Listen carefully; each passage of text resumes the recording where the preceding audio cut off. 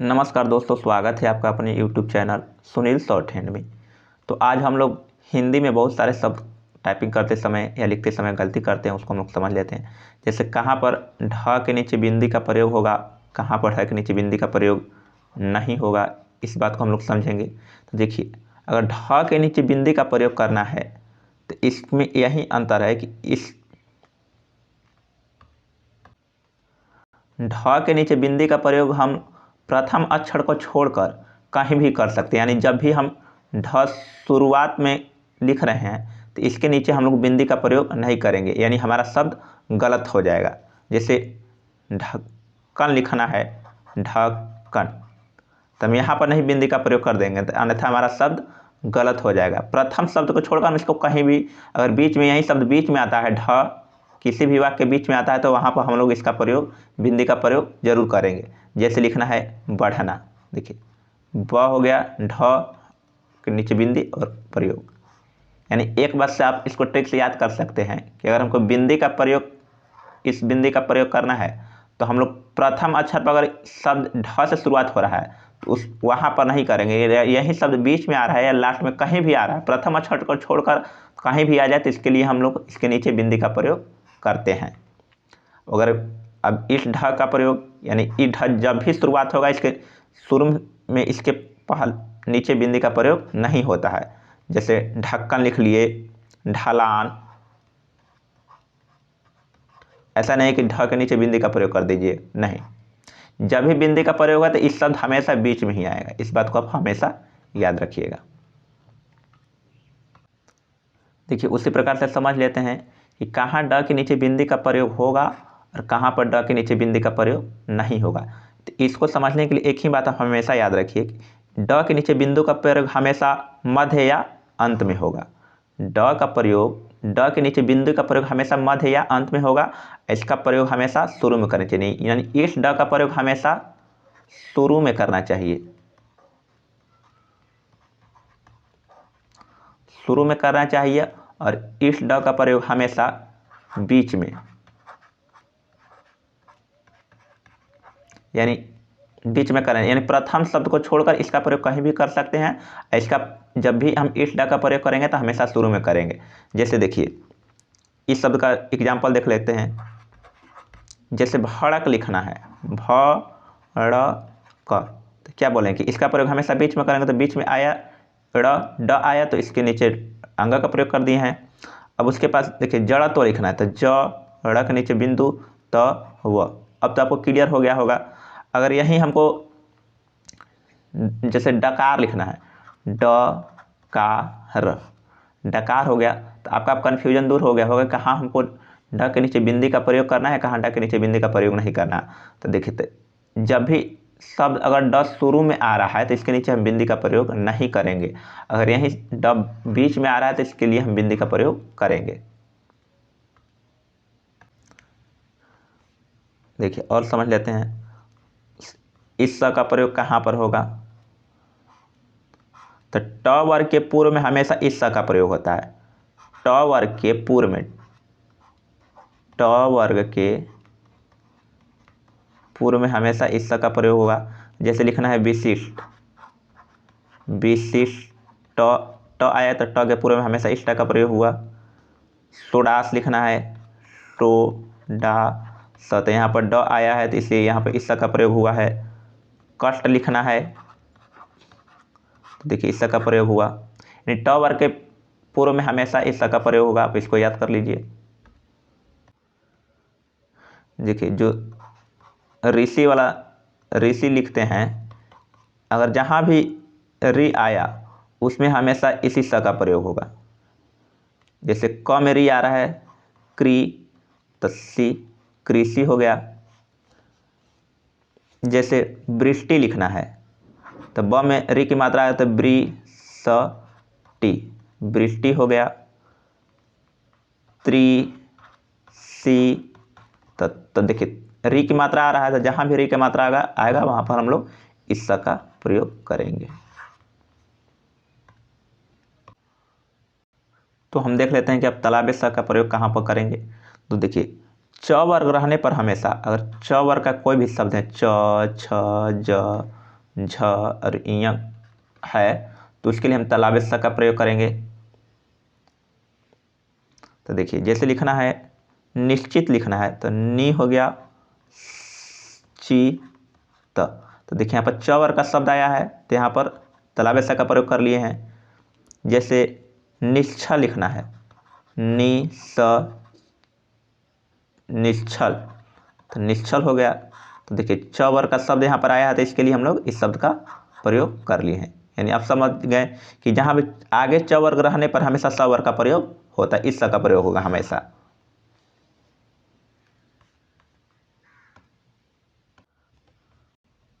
अब देख लेते हैं कि दंत स का प्रयोग कहाँ पर होगा। तो देखिए त वर्ग रहने पर, और त वर्ग का कोई भी शब्द है त थ द ध न, इसके साथ हमेशा दंत स का प्रयोग करेंगे। जैसे एग्जाम्पल में देख लीजिए प्रस्त लिखना है प्र स त र। तो देखिए यहाँ पर त वर्ग का शब्द आया है तो यहाँ पर दंत स का प्रयोग हुआ है। जैसे लिखिए अस्थाई लिखना है अस्थाई, ठीक, तो अस्थाई हो गया। देखिए अस्थाई, तो यहाँ पर जो थ है त वर्ग का शब्द है तो इसके लिए हम लोग दंत स का प्रयोग किए हैं। यहाँ तक आप समझ गए होंगे।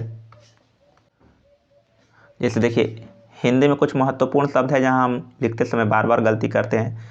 जैसे मैं लिखना है तो मैं पर हमेशा ऊपर अनुस्वार की बिंदु होगी। क्यों लिखना है तो क्यों के ऊपर भी बिंदी होगी। उन्होंने लिखना है तो देखिए उ न हो गया और ने, तो यहाँ पर बिंदी ह के ऊपर होगी, ठीक। उन्होंने, उन्हें लिखना है, उन्हें, इन शब्दों को आप बार बार देख लीजिए ताकि इन शब्द को लिखते समय हम बार बार बिंदी का प्रयोग नहीं करते ताकि यहाँ हमारा शब्द गलत हो जाता है। इन्होंने लिखना है, इन हो गया, हो गया, हो के ऊपर बिंदी रहेगा, उसके बाद ने, इन्होंने हो जाएगा। किन्हें लिखना है, किन्हें के ऊपर बिंदी हो जाएगा। किन्होंने लिखना है तो यहाँ पर किन्होंने के ऊपर भी बिंदी हो जाएगा। किन्होंने, जिन्होंने, यहाँ तक आप समझ गए होंगे। अब देख लेते हैं कि चंद्रबिंदी का प्रयोग कहाँ कहाँ होगा। जैसे देखिए कहाँ लिखना है तो कहाँ के ऊपर चंद्रबिंदी का प्रयोग होगा।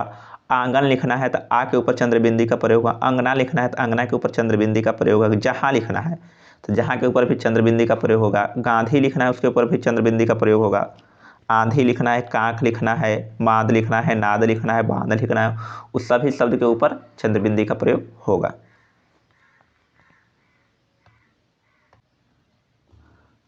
देखिए शब्द को समझ लेते हैं कि हलंत का प्रयोग कहाँ कहाँ होता है। हलंत का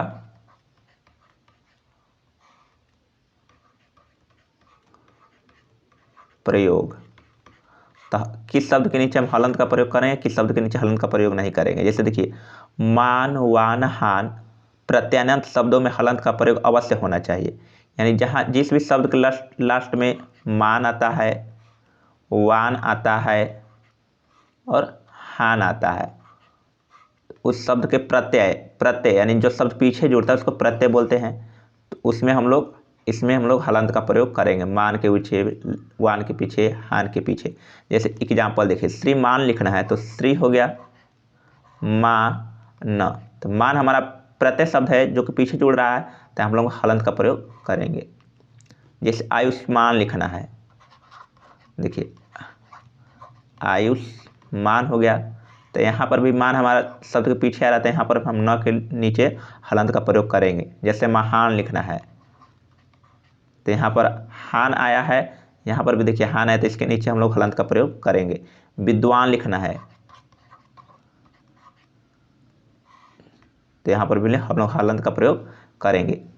उस पर अगर देखिए कहाँ हम लोग हलंत का प्रयोग नहीं करेंगे तो प्रथम, देखिए जैसे प्रथम लिखेंगे, पंचम लिखेंगे, षष्ठम लिखेंगे, सप्तम लिखेंगे, अष्टम, नवम और दसम में हलंत का प्रयोग नहीं होता। अगर इन शब्दों के नीचे अगर आप हलंत का प्रयोग कर देते तो सारे शब्द गलत हो जाएंगे। ये शब्द बिना हलंत के लिखे जाते हैं।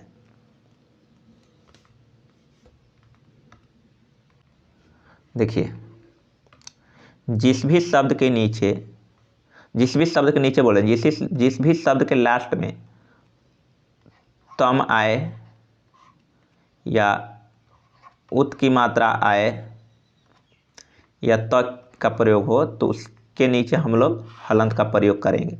जैसे देखिए, स्वागतम लिखना है, स्वागतम, तो यहाँ पर तम का प्रयोग हो रहा है, तो यहाँ पर बताइए कि तम, उत और त का प्रयोग होता है, उसके नीचे हम लोग हलंत का प्रयोग होता है। यहाँ पर तम का प्रयोग होता है, यहाँ पर हम हलंत का प्रयोग करेंगे। जैसे विद्युत लिखना है तो विद्युत हो गया, तो यहाँ पर हलंत का प्रयोग इस प्रकार से, जब विद्युत लिखेंगे तब हम लोग हलंत का प्रयोग करेंगे। ध यु तत्, इस प्रकार से हम लोग तो हलंत का प्रयोग, उत का यहाँ पर मात्रा आ रहा है तो इसलिए हम यहाँ पर हलंत का प्रयोग। जगत लिखेंगे जगत, तो देखिए त केवल आ रहा है लास्ट में, तो यहाँ पर भी त केवल लास्ट में आते हैं, यहाँ पर हम लोग हलंत का प्रयोग करेंगे। परिषद लिखना है, देखिए परिषद, तो यहाँ पर हलंत का प्रयोग करेंगे। पश्चात लिखना है, यहाँ पर भी त आ रहा है तो यहाँ पर लोग हलंत का प्रयोग करेंगे। शरद लिखना है, यहाँ पर करेंगे। सम्राट लिखना है तो यहाँ पर हम लोग हलंत का प्रयोग करेंगे।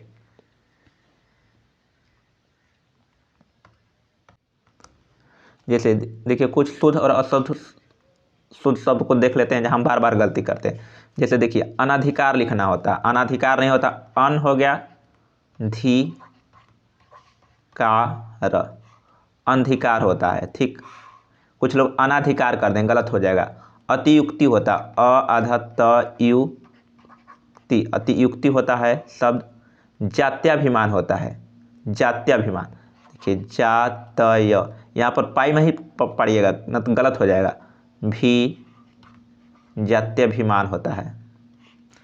आच्छादन, उज्ज्वल, आप लोग इस प्रकार से लिखिए, दोनों ज आधा रहेगा, उसके बाद ल, उसके बाद हुआ, उसके बाद ल का प्रयोग, उज्ज्वल हो जाए। जगत बंधु, जगत बंधु नहीं होता, देखिए जगत बंधु कोई शब्द नहीं होता है, इसका सही शब्द होगा जगत बंधु, जगद हो गया, अब बंधु, जगत बंधु।